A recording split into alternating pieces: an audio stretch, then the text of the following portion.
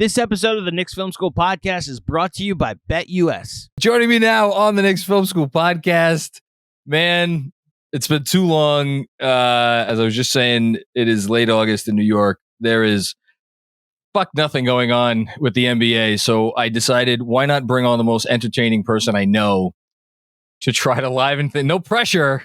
Who is it? At all. Jason Concepcion, one of the hosts of Six Trophies. Hello, sir. How are you? I'm doing well. Thank you. It's a delight to be here, and it has been.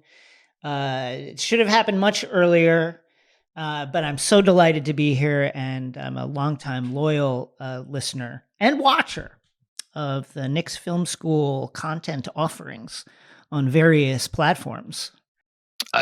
We have many offerings. I know that something special has transpired in Knicks land when I see that super chat box pop up, and it is your name, making the effort to chime in from across the country.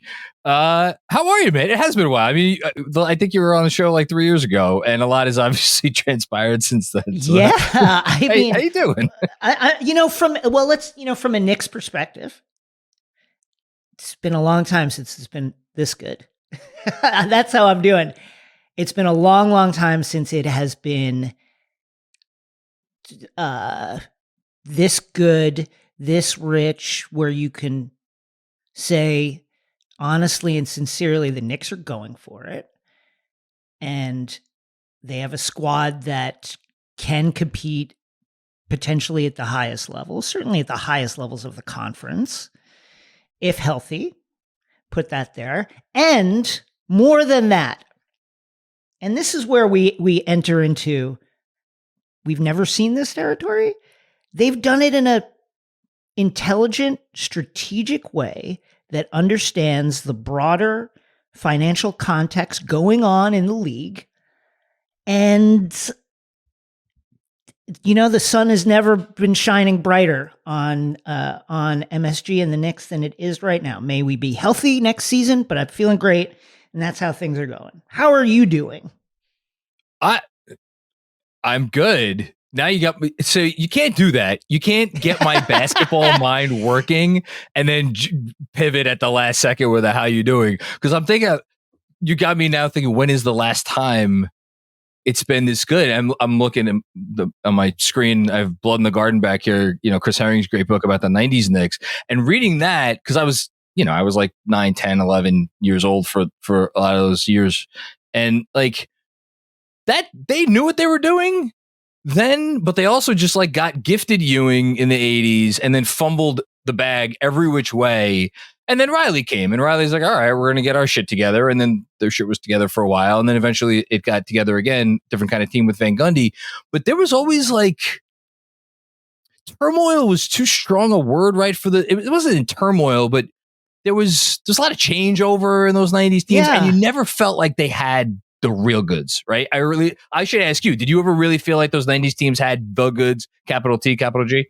At the time, as a young person. I remember crying at the Charles Smith game, at the end of the game, like literally weeping, like crying, tears streaming down my face. At the time, I felt like, yes, we got it. Yeah, we just, if the league just stops favoring the Bulls and we start getting a few calls here and there, we can get, yeah, it was always about the calls. We can do it. Looking back, Ewing's the only guy that averaged 20. There was never another scorer. Love John Starks. He was always a bench guy. That's where he should have been, like microwave off the bench.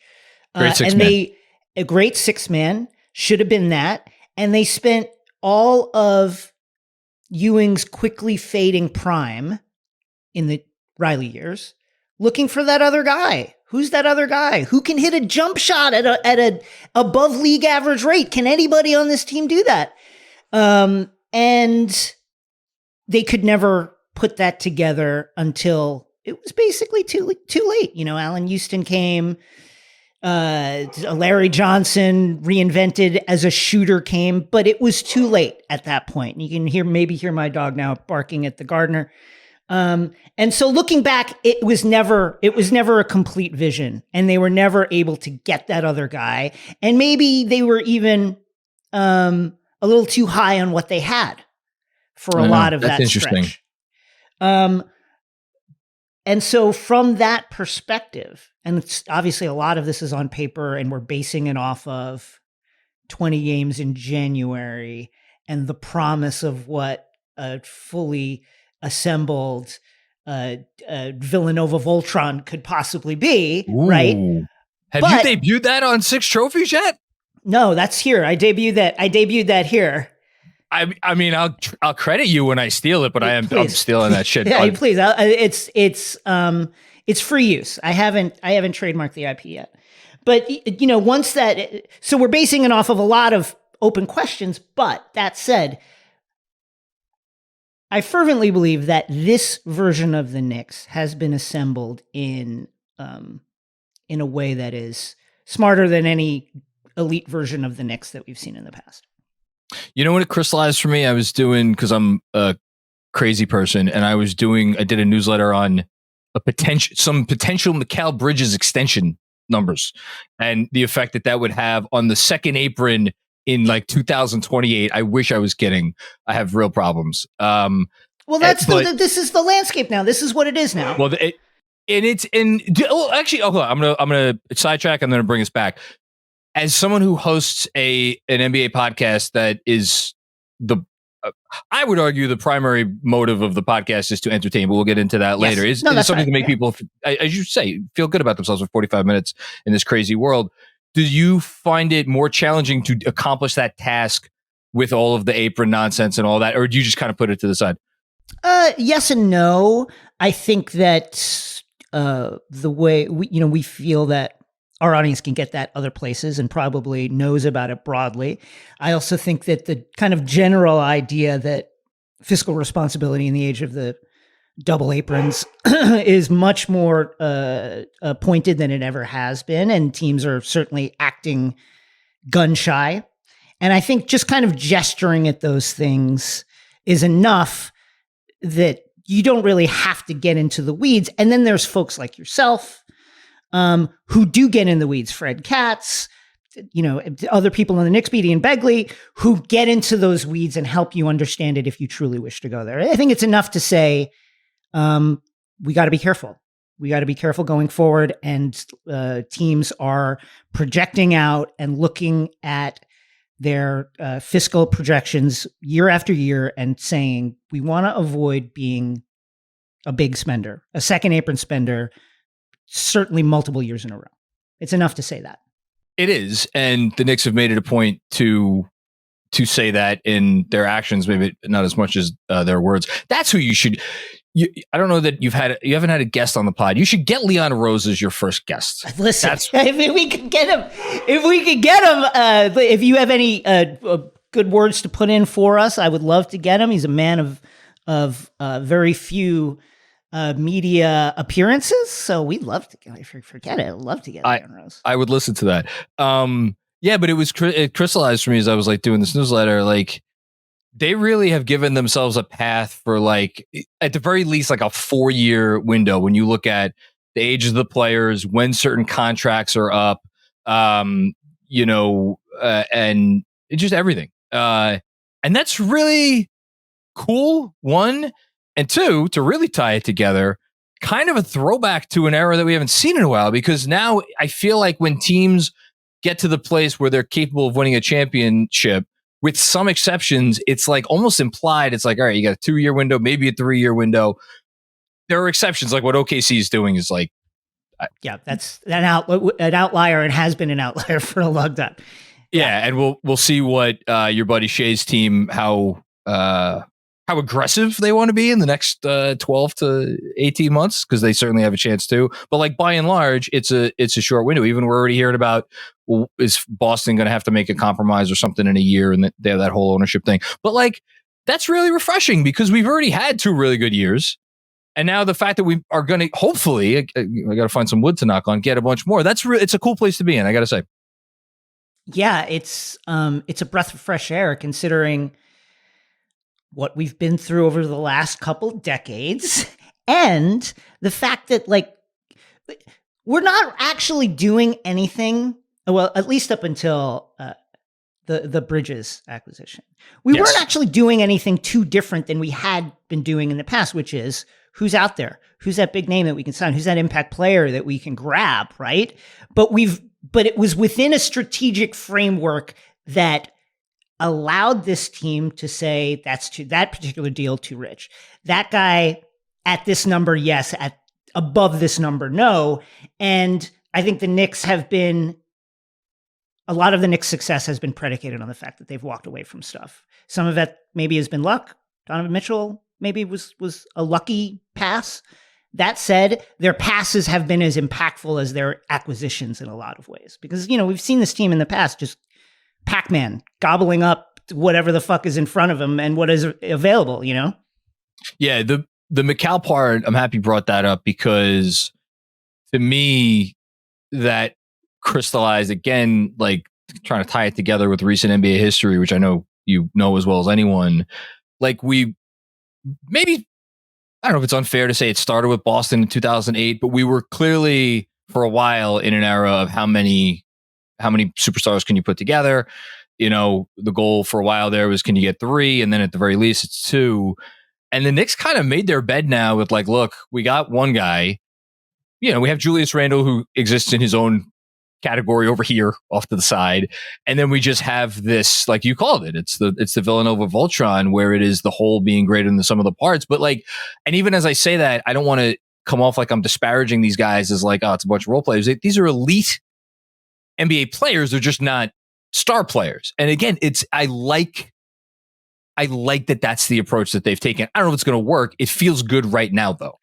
Another thing that feels great and is a marked difference from recent teams going back to the turn of the century is there's a culture now.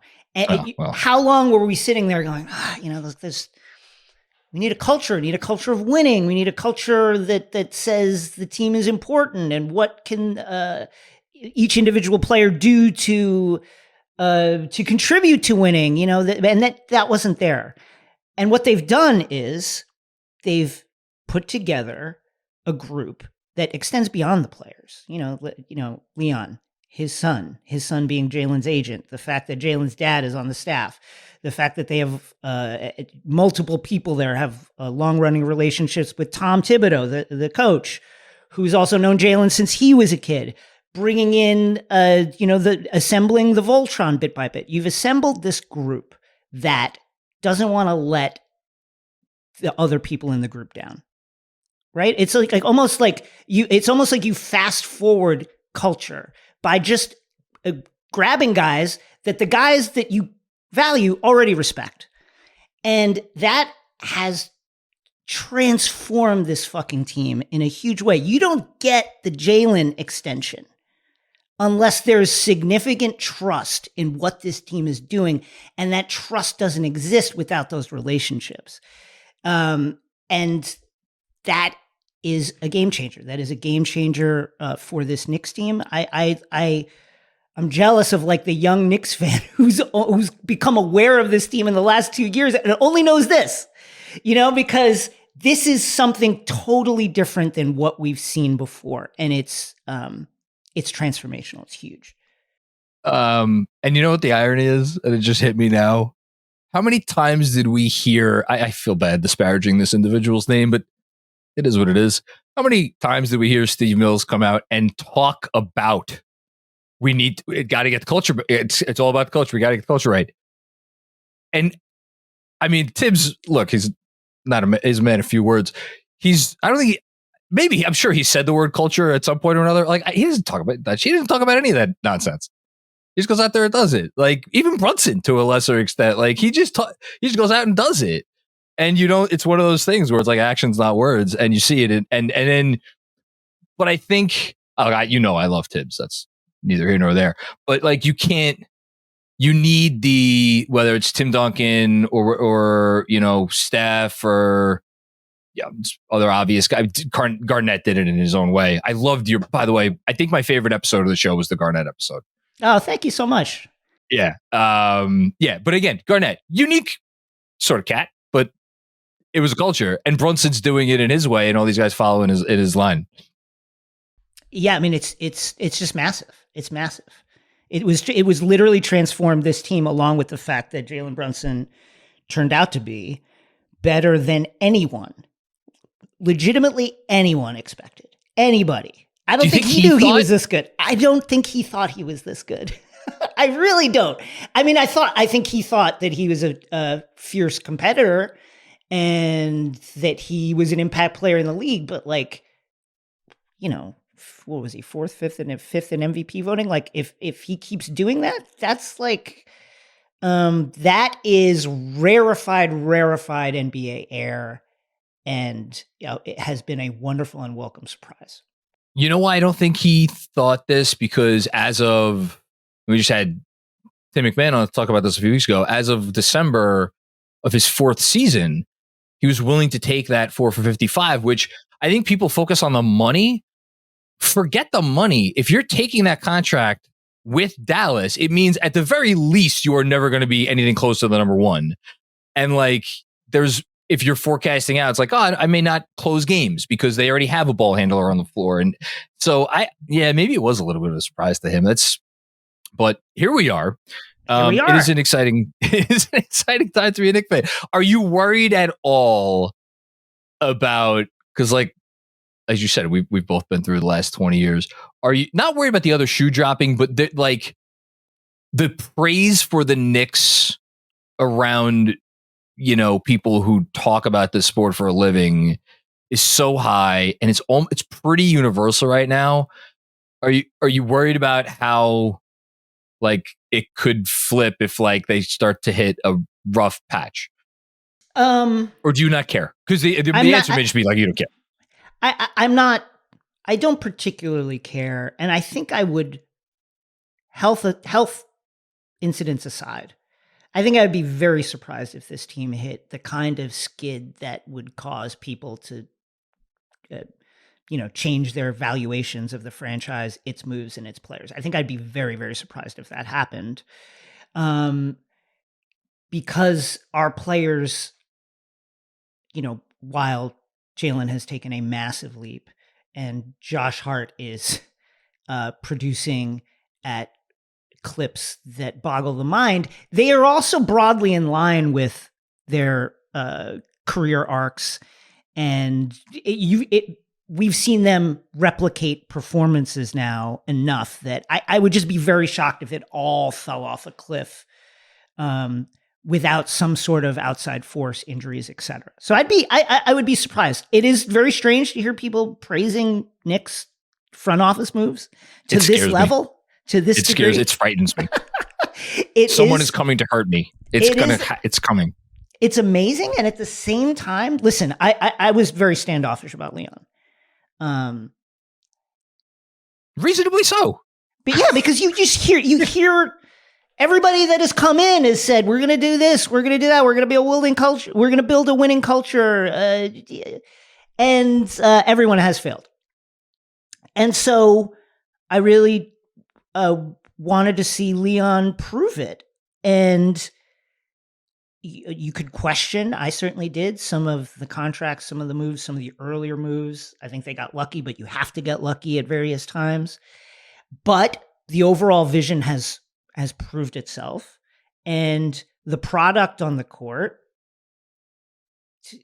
even pushing aside the January, outlier, has been awesome. It's been great. And it's very rare in sports in general where you have an alignment of players, front office, and coach. And I think you have that here, and you can see it and you can feel it. And that is huge. And so I'd be very surprised if the bottom fell out.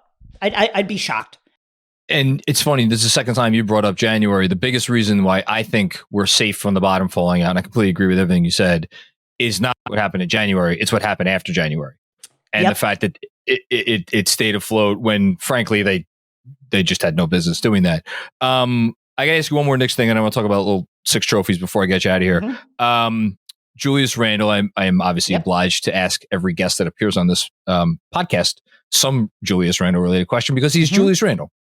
And I don't think anyone quite like him in the NBA in terms of how they are discussed and perceived. Maybe Cat, which is why I think it's funny that that's the fake trade that everybody always goes to. Not many other players. Where are you at on Julius? Like, what are your hopes and dreams? All that stuff. I would prefer that we keep him. I think that I agree with. You want to extend him? It depends on the number, of course. Sure. Well, it's actually like easy because the Knicks have, with every action that they've taken, have shown, like other teams in the league, they want to avoid that second apron.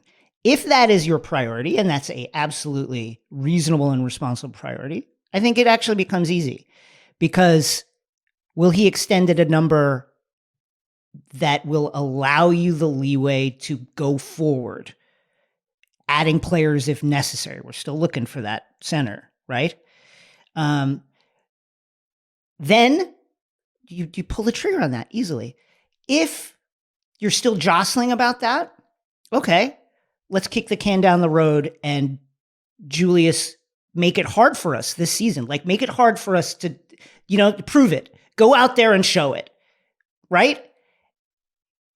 That's an absolutely fair thing, I think, to ask of him. And so I would prefer we keep him.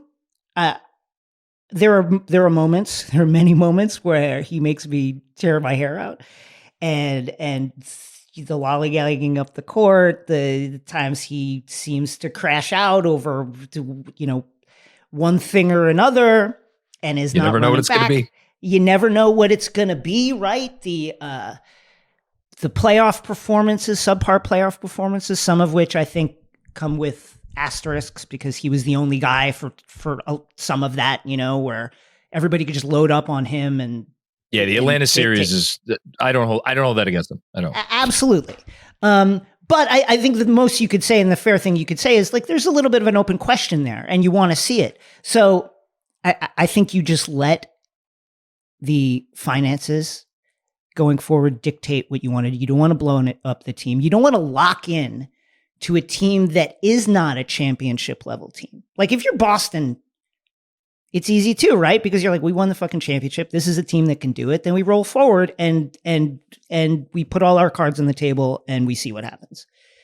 This is not that team.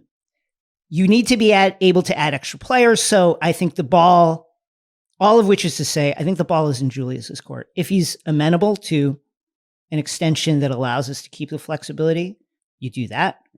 If there's the Fred Katz player extension road, if that exists, then you do that. And if none of those things exist, then you kick the can down the road and you make Julius make your decision really difficult for you. And you say, go ahead and set the market and do it. Yeah, he's the player. And I should add that to your point about like kicking the can down the road, when Bobby Marks came on a few weeks ago and was like, where's the team? That's giving him the big deal next summer. That calmed my fears a little bit. Yeah, I agree with that. I did find myself blanching at, what did Bobby said, like some incredibly low number, like that I was like, did he say 3 for 30? I think, where I was like, 3 at 30 a year, 3 so at like 30, 3 for 100 right. or something. Yeah, something like that. It was low. I think I'd fucking build Leon Rose a statue with my own 2 hands in my fucking backyard if he gets Julius to sign that. But what do I know? Bobby is obviously an expert and knows. And I agree with him that the market, I mean, you look out there, who has cap space, who wants him, who has the opportunity, how difficult sign and trades are now, and it looks like a hard needle to thread. And so I think it's out of our hands to a large extent, which makes it easy. There is no player I'm more excited to watch this season, and there is no player that I'm more scared to watch this season than Julius Randle. So I think that sums it up. Quick break to tell you about our new friends from BetUS. Are you looking for a new book this basketball season? BetUS is the answer. They have the fastest payouts in the industry. 125% sign-up bonus up to $2,000, 200% crypto deposit bonus. Fast and easy deposit and withdrawal process. Check out my BetUS link in the description below. You get 24/7 personalized service, 365 days a year, live wagering on all major games, the best betting variety in the business. You get 10% back on your net losses twice a year. And did you know that BetUS can give you your very own personal account manager? How about that? Okay. I'm going to bring up Andrew Claudio here because we are going to look at some current NBA odds. Hello, Andrew. How are you? I'm good, John. How are you? I'm okay. I don't know if you know this, but the NBA released the game schedule for all the in-season tournament games. So we know, for instance, when the Knicks are going to be playing the Hornets, Nets, Sixers, and Magic for their in-season tournament games. We're going to pick in-season tournament cup winners right now. I am looking at the odds here, which you can see as well. I don't like the Boston Celtics at plus 425 because KP is not going to probably play in any of those games. Some of these other teams, I'm not sure if the motivation is quite going to be there. Mavs just made the finals, Nuggets, recent NBA champion. So I'm going to do it. I'm going to be a homer. I'm going to pick the Knicks at plus 1,000. Those are tied for the fourth best odds. You know that Tom Thibodeau is going to be motivated to win every game his team plays. So why not? New York Knicks plus 1,000. Love it. The defending champs of the NBA Cup, the NBA in-season tournament, are plus 2,600. So this may just be the thing that LeBron wins for the rest of his career. I like those odds a lot. You got to go with the defending Western Conference champions as well, especially since we just had Tim McMahon on the pod. Shout out to Dallas. They're plus 1,800. I'm tired of you doubting Luka Doncic, John Macri. Plus 1,800 for the Dallas Mavericks. I just love the value bet there. Okay. I think those are two pretty good bets. Again, presented by BetUS. Use the link in the description and get 125% deposit bonus up to $2,000 for your first 3 deposits. Gambling involves risks. Please only gamble with funds that you can afford to lose. All forms of betting carry financial risk, and it is down to the individual to make bets with or without the assistance of information provided. I got to talk to you about Six Trophies for a while because I'm trying not to gush too much because I don't want to be like a complete asshole. No, I just think the more I do this, the more I realize that it is actually kind of challenging to put together a podcast that is engaging to a great number of people. And I think about your pod and I think about why I want to listen to it every week. And it is this really, I think it's a hard blend. Maybe you completely disagree. Maybe you're like, this shit's easy, but it's entertaining, but I'm not listening to it if I don't know both of the people on the show are insane, not like moderately crazy, no, insane NBA fans with the knowledge that comes with that. And yet, I'm like you said, right, I'm not going there for second apron talk, but the fact that I know that you two are of that caliber, it's weird to say, it allows me to enjoy the fun, like the nonsense stuff, all that much more. I'm curious how much went into before the pod dropped, when you were planning for it, you and Shay, how much went into like finding a similar question to what I asked before, like the balance, like what did you want this to be, and is it what you wanted it to be? Yeah, it has been what we wanted it to be. I think the vision, Shay and I have been collaborating since we were both writers at Grantland. Now it's like almost 10 years ago, almost. And I think we both have the same ethos, which is the dumber the idea, the dumber the thing that you're going to do, the more you actually have to drill down and research and work to get the dumb thing right, And so I think that's the thing that I hope people are responding to, which is, we're going to have lighthearted moments. We're going to joke with each other. We're going to make really kind of like dumb references to movies and stuff.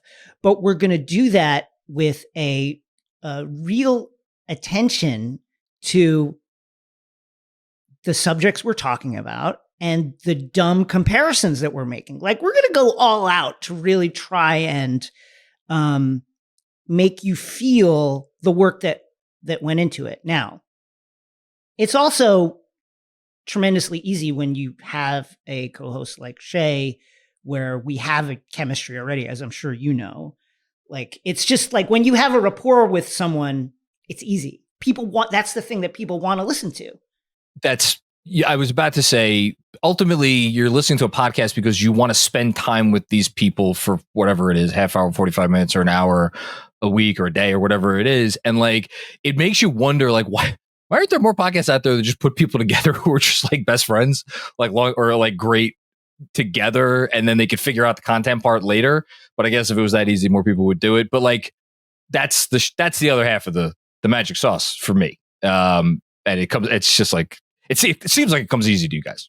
We have that chemistry, and that's the hardest thing to find. I've been lucky in my podcasting career to have hosted pods with people that we just had fantastic chemistry, and that's the secret sauce. Binge Mode with Mallory Rubin, X-Ray Vision with Rosie Knight. It's like, if you have that, people want to listen to that because they want to feel like they're hanging out with people who are friends and are having fun conversations. That's a real thing that people crave in this world, and we try to provide that. You do a fantastic job of it. And I'll just say one more thing. The format, I remember when I was listening to the first episode, I'm like, this is silly as all hell. The Joey's thing. And I'm like, I wonder if they're going to be able to keep this up. And the longer I've listened, I'm like, oh, it's actually perfect because you could make that whatever you want. Like, yeah. It's really a blank slate. It's just, it gives you some kind of lane, which you need. I think every podcast, and Andrew provides that for us, because otherwise I would just be all over the freaking place. I already am. But like, I love that it's just enough structure. And it's not really a question. I just think it's the categories are freaking great. I need to ask you before we shut this down. What do you? I think I know, but I'd love to hear it live on mic. What do you think they should do about Julius? What do you think the move is? I mean, the cop out is, again, what is he willing to take? All right, I'll really answer the question in as quickly a way as I can. If he's willing to do, you mentioned it before, what Fred Katz posed, which is opt into his player option and then extend. I would go so far as to say extend him at almost any number, not any number, but almost any number, if he's willing to do that, because they're going to be really hard pressed to stay under the second apron past that season anyway. So if you get under it for an additional season, do it. Be huge. Yeah. If he's not willing to do it, I think I'm willing to do some different things as far as years, as far as options, as far as percent raises, as far all that stuff. But it's kind of a similar answer. I need that first year number to be low enough where I know I am not going to have any problem staying under the second apron with whatever additional wiggle room I think that I need. The funny thing as I'm saying that out loud, and I know this because I've run the numbers, that like you can't really accomplish that with a number that's all that much higher than his opt-in number. So really, it's basically like Julius deciding, do you want to play for about 30 million, maybe like 32, 33 in, what are we, 25, 26 or not? And like, I don't know, man, Julius Randle's been a 3-time All-Star. Yeah. Like, and he's going to sign all NBA player. He's a 2-time All NBA player. He's going to, and I don't mean this to disparage this Immanuel Quickley, but I wonder if Julius is like, man, Immanuel Quickley's making 35 a year, and you want me to sign or accept basically a number that's lower than that? That's the danger. That is the danger. So it is pissing him off in that way. Now, listen, maybe winning comes with its own kind of value, and I think this is a situation in which you could say reasonably with pretty good confidence that we're going to be there come spring and summer. Like we're going to be punching for a title, and we're certainly going to be punching for the top of the conference. And then I don't know, Jalen signed a cap-friendly extension. All of a sudden, the Roommates podcast is doing live shows. There's other things. There's other ways. If you are one of the 2 or 3 best players on a team that wins a title in this city, like go all the way down the line. Like go down the line. You're minted. Like I don't know why the name just popped into my head, but like Reggie Jackson. Like Reggie Jackson has more strikeouts than anybody in baseball history. Obviously, he also has 500 plus home runs. But like it wasn't all, again, gumdrops and lollipops for Reggie Jackson here in New York, but he won titles here, and that dude is like he's royalty for the rest of his life. And you could go through the 90s Yankees teams, you go through the 86 Mets, like anybody. He has to know that there's a value to that. They retired every guy's jersey on the Knicks championship teams. You know what I mean? Like every single guy's jersey. Bill Bradley's in the Hall of Fame. Bill Bradley, Bill Bradley, a wonderful humanitarian. Yeah. But like he made one All-Star team. Yeah. He's in the Hall of Fame. I don't know. He should stick around. Look, it would be so cool if he stuck around for it. I think because so he's too. Who's been through more ups and downs than him. We'll look forward to watching it this year play out on Madison Square Garden, the court that is behind you. Before I let you out of here, I promised Andrew I would allow him. I hope he doesn't need too long for this, but he has one question about a program that I know you think very highly of. Okay. I was a Game of Thrones guy. I did my fandom did not carry over to this latest installment, but I know Andrews did, so I will cede the floor to him. And you see, Jason, John is the problem because the reason that I'm the problem, it's me. You are the problem, it's you. Because the reason that House of the Dragon, I don't want to say it, they're not in trouble. They just had a really good season of television, but that they may not be catching on. And we all saw the ratings report. That there are multiple people that ended Game of Thrones and said, you know what, I'm good. Like that story, I am good. And I tried for what it's worth.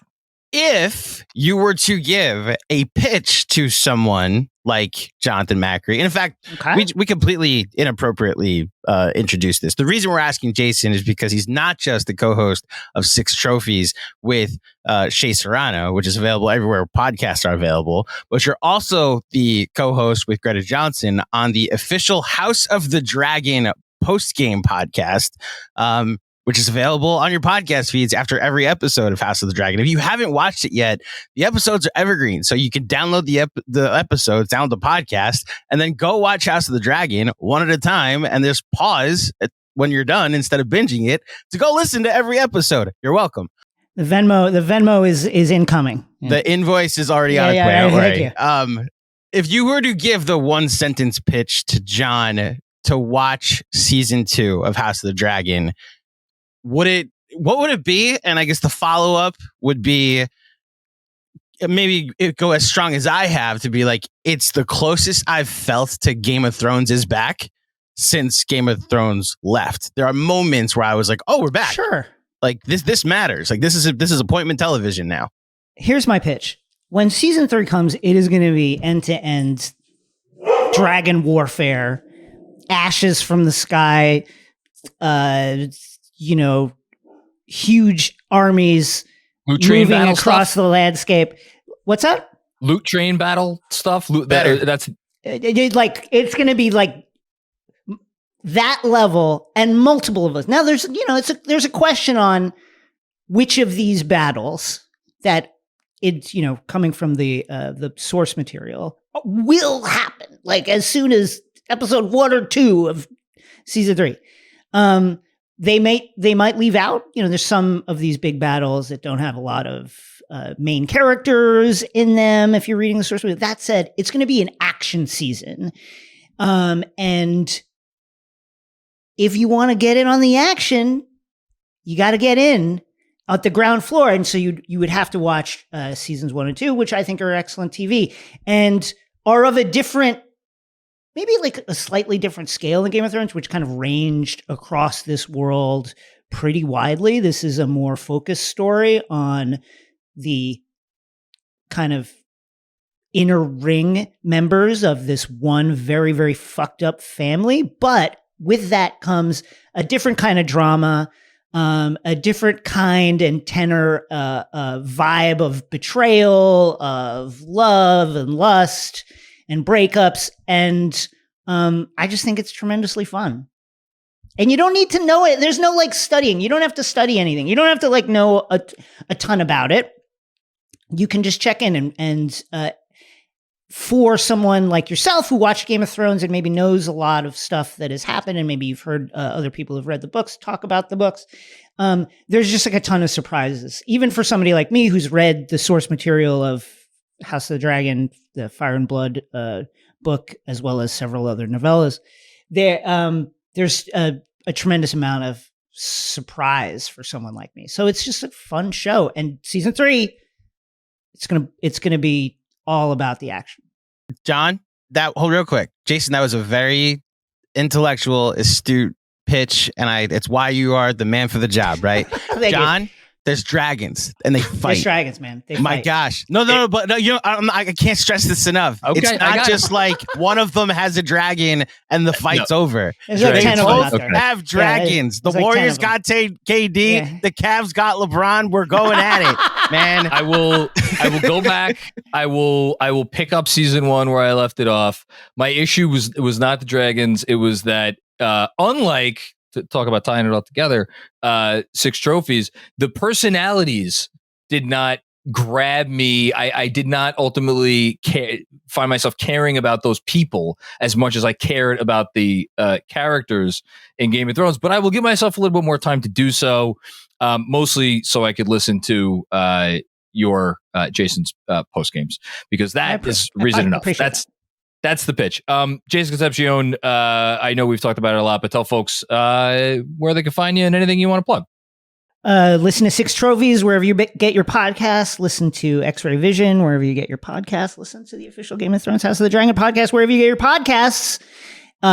Watch Primo on Amazon Prime for free with ad-supported stuff. Watch Miguel Wants to Fight on Hulu. And see you in the garden, baby. We're going all the way to the playoffs somewhere. We're going very high in the playoffs, and I'm very, very excited.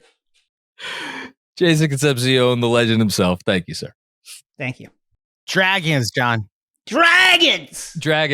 Thank you for tuning in to the Knicks Film School Podcast. This episode was once again presented by BetUS.